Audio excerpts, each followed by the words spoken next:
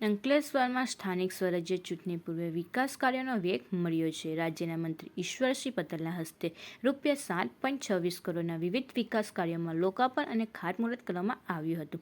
અંકલેશ્વર નગરપાલિકા વિસ્તારમાં નગર સેવા સદન દ્વારા આ કાર્ય હાથ ધરાયા છે, જેમાં માર્ગોના બંને બાજુ પેવર બ્લોક, રસ્તા સુધારણા અને અન્ય શહેરી સુવિધાઓનો સમાવેશ થાય છે.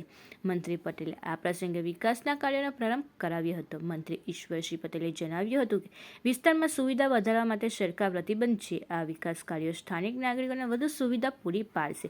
આ ઉપરાંત બાકરોલ ગામમાં પણ આશરે ₹1.89 કરોડના વિકાસ કાર્યો હાથ ધરાયા છે. તેમાં પ્રવેશદ્વાર નિર્માણ, શાળાના નવા ઓરડાઓ તથા સર્કલ વિકાસ જેવા કામોનો સમાવેશ થાય છે.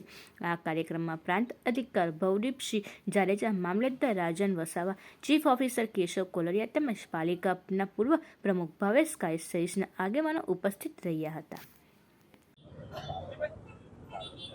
આદરણીય રાજ્યના મુખ્યમંત્રી શ્રી ભૂપેન્દ્ર પટેલ સાહેબ અને રાજ્યના ડેપ્યુટી મુખ્યમંત્રી શ્રી હર્ષભાઈ સંઘવીજીના સાનિધ્યની અંદર સમગ્ર ગુજરાતની અંદર વિકાસની ગતિ તેજ થઈ રહી છે. ત્યારે આજે અહીંયા અંકલેશ્વર નગરપાલિકા ખાતે પણ 7.26 કરોડના ખર્ચે વિવિધ બ્લોક પેવરના કામો, શાંતિધામ જે અમારું સ્મશાનગૃહ છે એના પર 39 લાખ રૂપિયાના ખર્ચે રિનોવેશન, તેમજ ભરૂચી નાકાથી એશિયાનગર સુધી રોડની બંને સાઈડ બ્લોક પેવરના 1.26 કરોડ, આમ કુલ મળીને 7.26,93,000ના ખર્ચે આ ખાતમુહૂર્તના કામો નગરપાલિકા દ્વારા થયા છે.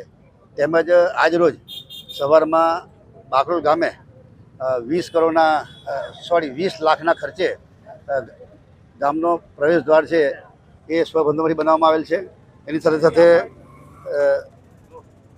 ગામની અંદર શાળાના ઓરડાઓ, જે 9 જેટલા શાળાના ઓરડાઓ છે એ તેમજ શૌચાલય, આમ મળીને 1.63 કરોડ રૂપિયા શાળાના ઓરડા, 20 લાખ રૂપિયા પ્રવેશદ્વાર, 3 લાખ રૂપિયા ગામમાં સર્કલ અને 3 લાખ રૂપિયા સીસીટીવી કેમેરા, આમ કરીને 1.89 કરોડના ખર્ચે આજે ત્યાં લોકાર્પણ અને ખાતમુહૂર્ત બાકરોલ ગામ ખાતે પણ કરવામાં આવ્યું. ત્યારે આવનારા દિવસોમાં આનાથી પાછળ વિશેષ વિકાસ આપણા અંકલેશ્વર શહેરનો હોય કે ગ્રામ્ય વિસ્તારનો હોય, તમામ જગ્યાએ આવનારા દિવસોમાં વિકાસની ગતિએ ચાલીને તમામ લોકોને સુખાકારી મળે એ પ્રકારના પ્રયત્નો છે.